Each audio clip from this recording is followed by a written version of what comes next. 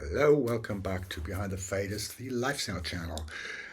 Today I want to do a repost actually of a video that I've done a few years ago during lockdown on a different channel. This video does not really go out to you as a sound engineer directly. It's more about something that you should make your band aware of in case they are likely to step into what I call the intro trap. Most bands, especially rock bands, like to have an intro track to be played before they go on stage in order to impress the audience and excite the audience and create tension, which is fine. But most of these tracks are usually massively big. They pick something with usually a subharmonic synth tone going and the huge orchestral part on top of that. So much larger than life. And it does the trick. It impresses the audience and it creates the tension that we want. However, herein lies a problem, which I like to call the intro trap. So what is that? The problem is that your own live sound mix will be by no means capable of keeping up with that massive track we just heard. You've got nothing that reaches down to those subharmonic frequencies. You've got nothing the size of this orchestra that we just heard before. So what happens is the big moment comes, you start playing, and this moment is supposed to release the tension that we just were building up with that intro track, and the sound actually collapses when it should get bigger. You just can't keep up with that. I've seen it millions of times, especially in small environments like in a club or so. And the audience, I mean, of course, they might be excited that you started playing and the concert has begun, but I think subconsciously they will experience a sense of disappointment because the sound gets smaller when you start playing. Some might blame it on the sound engineer, who of course is completely innocent. The only one to blame is you, because you picked that track. Remember, our perception of something being loud and big is inherently relative.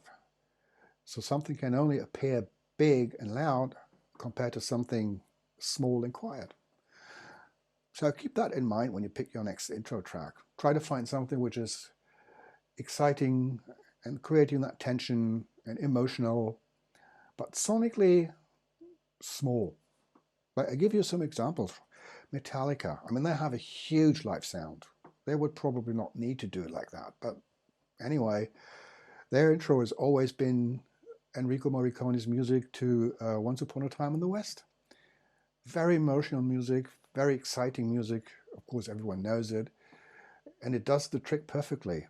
But it is sonically small. So when the band starts playing, the sound gets so much bigger and more impressive. Or another example that you probably all know, and if not, you should. Rainbow's epic album Rainbow Live on Stage. And remember, they used film music as well, which was from The Wizard of Oz. We must be over the rainbow, rainbow, rainbow. Clack, down. And it gets so much bigger. And I'll give you another example about my own past. Pretty much exactly 2 years ago, I was on tour in England with Tara Lynch, who is an American hard rock guitar player and singer. Check her out, please. Tara Lynch. And we were supporting UFO on their final England tour.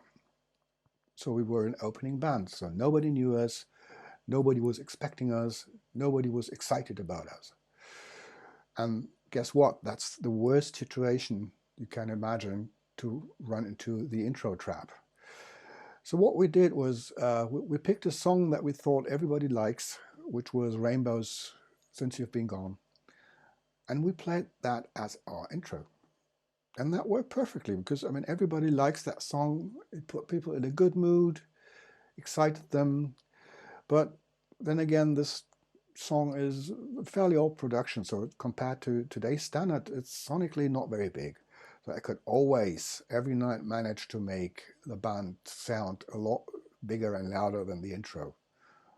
So what do you think? Is this a valid point? Please let me know in the comments if you agree or disagree.